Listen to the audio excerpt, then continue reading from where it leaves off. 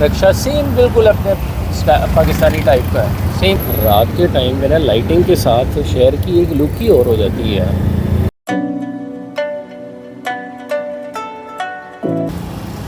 Good morning and welcome back to the channel. So दोस्तों, मैं हूँ अभी तक कंबोडिया के शहर सीम रीप में, और आज मेरा प्लान है कि सीम रीप से जाया जाए कंबोडिया की कैपिटल फिनोम पेन में। और वहाँ जाने का जो मैंने अभी तक वेस्ट रास्ता तलाश किया था वो है बाय बस, और वो करीबन फ़ासला जो है वो यहाँ से मेरे ख्याल में 350 किलोमीटर है, और 6 घंटे बता रहा था मुझे विद द बस, वो जो ट्रैवल टूर जो बस जिससे मैंने बुक की थी। और एक ख़ास बात इस बस की ये है कि कंबोडिया में चलती हैं स्लीपिंग बसेस, और ऑल दो के जिस बस से मैं आज से दिन मैं तो खैर मिनी वैन से आया था बॉर्डर क्रॉस करके यहाँ कंबोडिया के अंदर, तो उस वक़्त मुझे नहीं पता था, पर रिसेंटली मुझे अब इन स्लीपिंग बसेस का पता चला। तो एक एक्सपीरियंस ये भी करके देखते हैं कि इनकी स्लीपिंग बसेस किस तरह की है। उसके अंदर आप आराम से जो है ना वो सो भी सकते हैं, वो बेड टाइप कुछ चीज़ें हैं जो कि लगी होती हैं अंदर, तो चल के देखते हैं। लेकिन उससे पहले सुबह का वक्त है, अभी दुकानें पूरी तरह से नहीं खुली सारी की सारी, लेकिन देखते हैं। मुझे करवानी है शेव। तो मेरी आमतौर पर ना कोशिश होती है कि जिस भी कंट्री में जाओ वहाँ पर जो उनकी लोकल बार्बर शॉप्स हैं, वो कटिंग अगर करानी है या शेव करानी है तो यार वो वाला एक एक्सपीरियंस ज़रूर करके देखें। या इवन कि जिम भी जाना है तो आप जिस भी कंट्री में जा रहे हैं उसमें ये सारी चीज़ें एक बार ट्राई करके देखें। जिम हो गया, शेव है, हेयर कट है। क्योंकि हमारे बहुत सारे लोगों में एक छोटी सी गलतफहमी है कि टूरिज़म का मतलब सिर्फ़ और सिर्फ खूबसूरत सीनरी देखने होता है, कि आपने पहाड़ों पे सब्ज़ा और जंगल और ग्रीनरी ये सारी चीज़ें देखनी है, ये नेचुरल ब्यूटी। तो सही है, आप बेसिकली नेचुरल ब्यूटी भी देखनी होती है। ज़रा सड़क क्रॉस कर लें तो ये सही है, नेचुरल ब्यूटी भी देखनी होती है। लेकिन जो ट्रैवलिंग का जो असल मकसद है वो ये होता है कि आपने मुख्तलिफ़ कल्चर्स को एक्सपीरियंस करना है। उनके लोग किस तरह के हैं, उनके कपड़े किस तरह के हैं, लोग ज़ुबान कौन सी बोलते हैं, तो किस तरह से रहते हैं, उनका रहन सहन किस तरह का। सो आपने दरअसल ट्रैवलिंग का एक मकसद जो सबसे बड़ा होता है कि आपने किसी के कल्चर को एक्सपीरियंस करना है। अब वो कल्चर ज़रूरी नहीं है कि बड़ा हाई फाई किस्म का हो यार, मतलब किसी का रहन सहन बहुत मॉडर्न होता है, कुछ लोग बहुत ही हम्बल कल्चर होता है। तो कंबोडिया एक गरीब मुल्क है, तो इनका जो रहन सहन है वो कोई बहुत ज़्यादा वो नहीं है मॉडर्न, एक बिल्कुल नॉर्मल सा कल्चर है। तो बहरहाल ये मुझे एक यार बार्बर शॉप नज़र आई है, तो इससे ज़रा पूछते हैं कि क्या है सीन। यार सिगरेट पी रहा है बंदा। Hello brother, can you shave? या how much? Sorry $2? Sorry, but a cigarette. Okay, $2. Okay, right.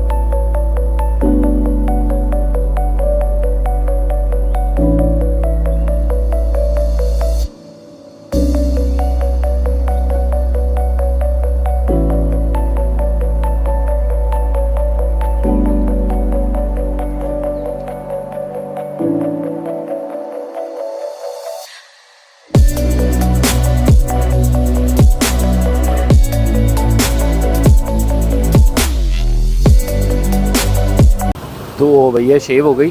शेव उसने बड़ी अच्छी की है वैसे, तो बस अब यहाँ से चलते हैं अपने होटल।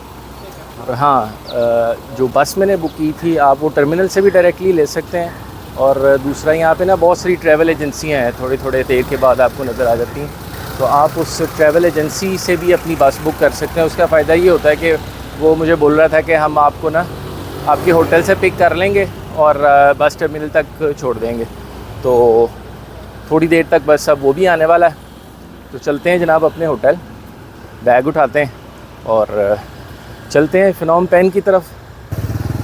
बाकी वैसे सुबह सुबह के टाइम है और दुकानें तकरीबन खुल गई हैं सारी। ये भी मेरे ख्याल में एक गेस्ट हाउस होटल ही है। हाँ अच्छा, यहाँ पे बाइक्स फॉर रेंट, ये भी एक पूरे साउथ एशिया में मलेशिया, थाईलैंड, कंबोडिया, वियतनाम, कहीं पे भी अगर आप जाते हैं तो ये जो मोटरसाइकिलें हैं ना ये आपको रेंट पे मिल जाती हैं। तो आप रेंट पे मोटरसाइकिल लेके तो पूरे शहर घूमें जैसे तैसे भी। ये जवान ने अपना टुक टुक बड़ा सजाया हुआ है यार।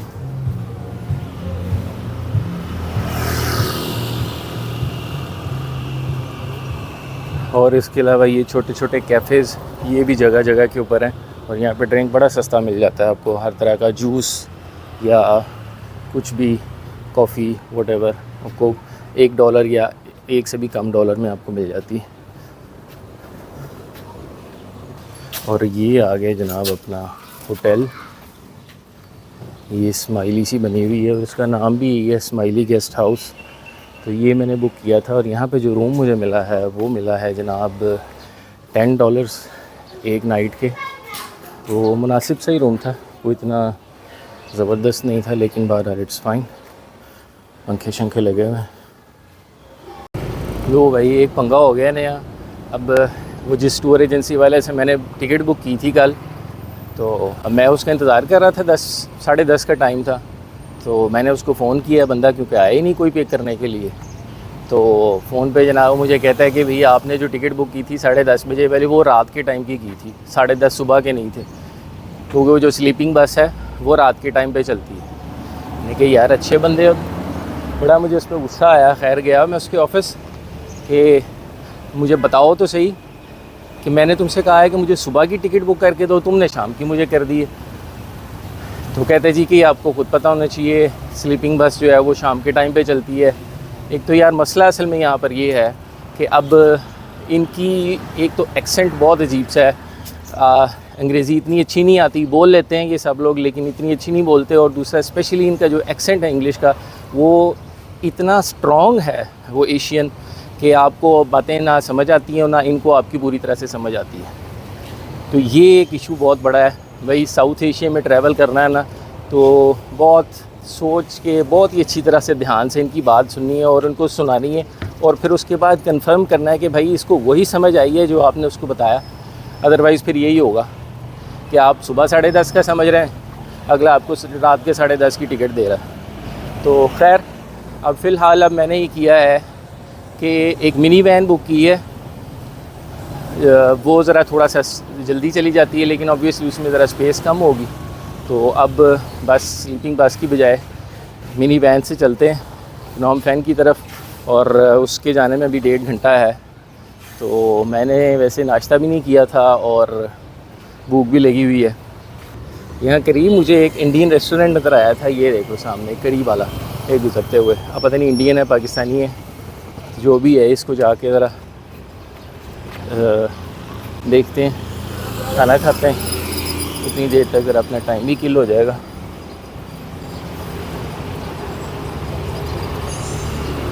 अच्छा ये है करी वाला,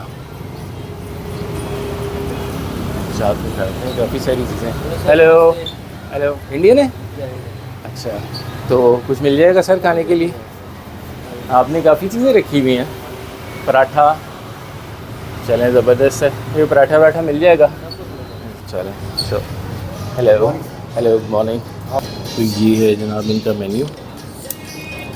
बाकी जो अपनी देसी डिशेज़ हैं यार, समोसा और ऑमलेट और क्या है इनके पास, ये अपनी मलाई कोफ्ता और बटर पनीर वगैरह, मटर पनीर और बटर चिकन, ये ज़्यादातर इंडियन, प्योर इंडियन डिशेज़ है। हमारी ज़रा वो पाकिस्तानी थोड़ी सी ज़रा डिफरेंट है। बाकी इनकी प्राइस देख लो, ये प्राइस सारी इनकी लिखी हुई है रील के अंदर। मसलन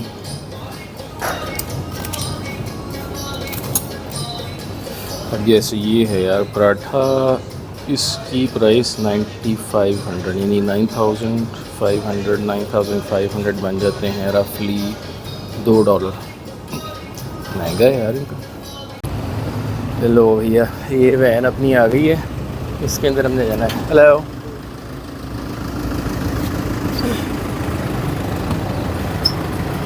so where is it? I don't know. I think it's 6. 6, 16. 6, no, 6, only 6. So ये है भैया अपनी सीट। So ये अपनी मिनी वैन। ये कुछ अभी फ़िलहाल तो मेरे ख्याल में कोई नहीं बैठा हुआ। ये पहला बंदा जिसने मुझे पिक किया है, इसके बाद इसने अभी और लोगों को भी पिक करना है। वो अब दोबारा इसी मिनी वैन के ऊपर, जिसके ऊपर मैं थाई बॉर्डर से यहाँ तक आया था, तो अब इसी मिनी वैन के ऊपर यहाँ से इनके कैपिटल सिटी जो फिनोम पेन है वहाँ तक जाएंगे। सो ये रास्ता तकरीबन 320 किलोमीटर है, लेकिन इसको 5 घंटे लगेंगे।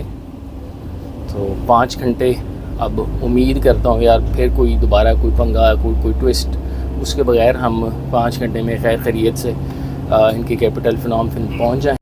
और इस वैन की जो टिकट है वो मुझे मिली है $13, रफली शायद 3000 पाकिस्तानी रुपयों से थोड़ा सा ज़्यादा, 200-300 रुपये उसके ऊपर होंगे।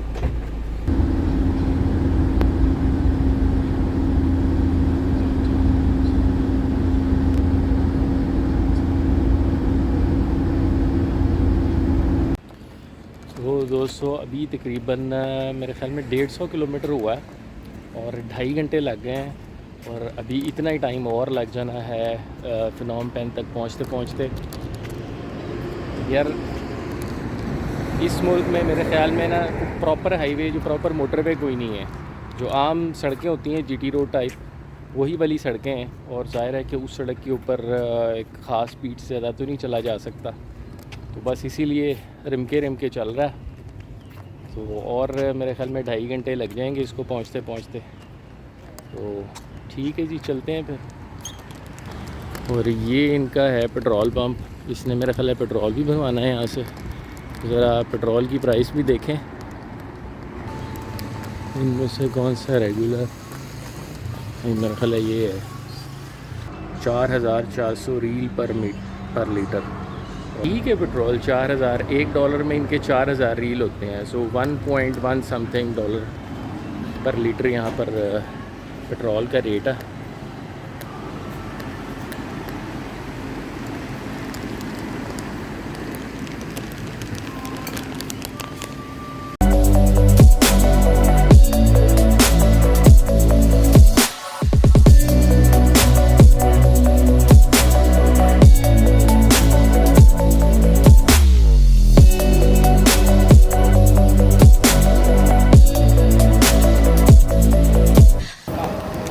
तो फाइनली 6.5 घंटे की मुसाफत के बाद ना कंबोडिया के कैपिटल फिनोम पेन में मैं पहुंच गया हूं।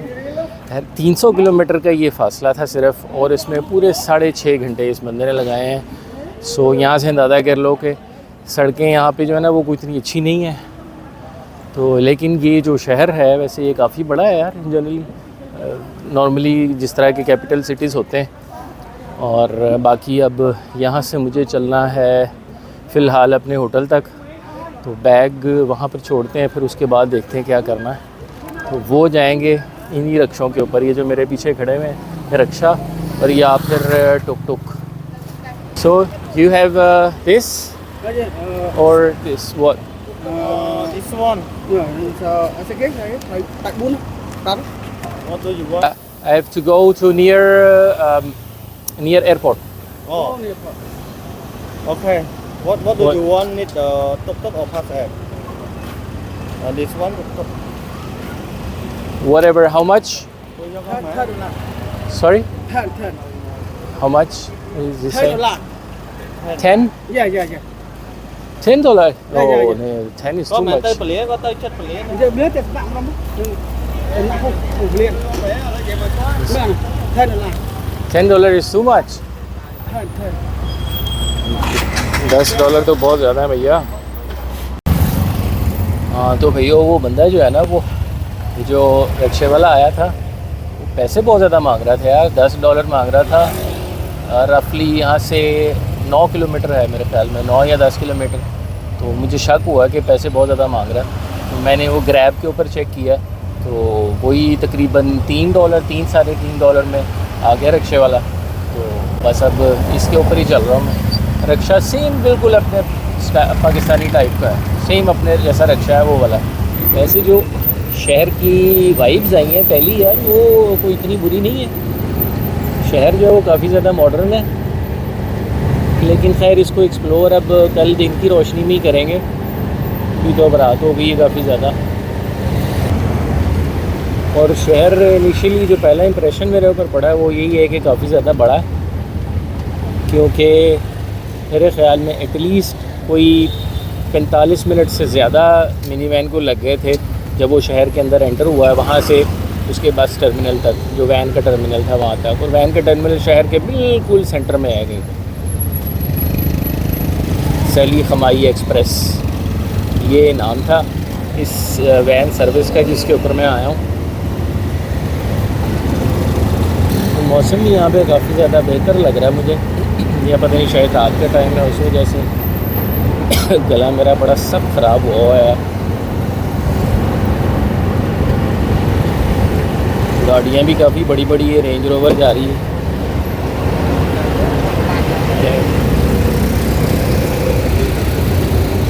ये पता नहीं क्या कुछ कह के गया मुझे रिक्शे वाला। चलो खैर जो भी। सो ये दोबारा आ गई यार।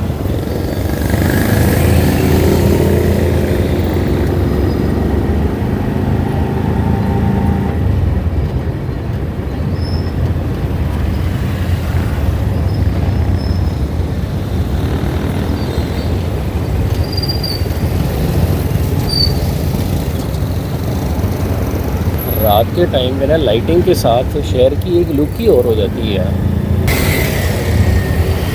ये बर्गर किंग काफ़ी ज़्यादा है यहाँ पे।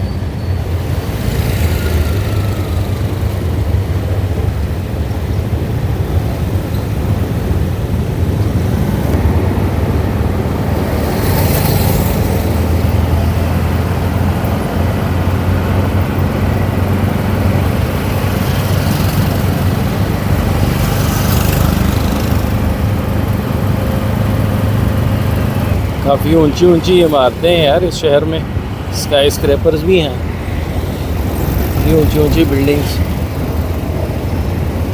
और बड़ी सड़कें तो इसकी काफ़ी साफ़ सुथरी हैं, लाइटिंग भी अच्छी हुई है। एक चीज़ जो मैंने वाज़ह नोट की है यार, अभी तक जितने भी दुनिया के कैपिटल्स हैं, ज़्यादातर मुल्कों में जितने भी उनके दारुल हुकूमत हैं, चाहे वो साउथ एशिया के हों चाहे वो यूरोप के हों, आम तौर पे कैपिटल जो है ना दारुल हुकूमत, वो बड़ी हसल बसल और बड़े रश वाले और बहुत बड़े कंजस्टेड सिटी होते हैं, जिसमें रश भी बहुत होता है, लोग भी बहुत ज़्यादा होते हैं, मार्केटें, लोगों का हसल बसल हजूम। कि एक हमारा कैपिटल है जो कि बिल्कुल बाकी दुनिया से अलग थलग करके जो है ऐसा लगता है जैसे किसी ख़ास क्लास के लिए बनाया गया। वहाँ पे कोई इतनी ज़्यादा कोई हसल बसल भी नहीं है जिस तरह से बाकी कैपिटल दूसरी दुनिया के हैं ना, वो उस तरह का नहीं है। वो कुछ ज़्यादा ही पुरसकून, बिल्कुल वीरान सा लगता है अगर मैं उसको कंपेयर करूँ बाकी सारे कैपिटल्स के साथ।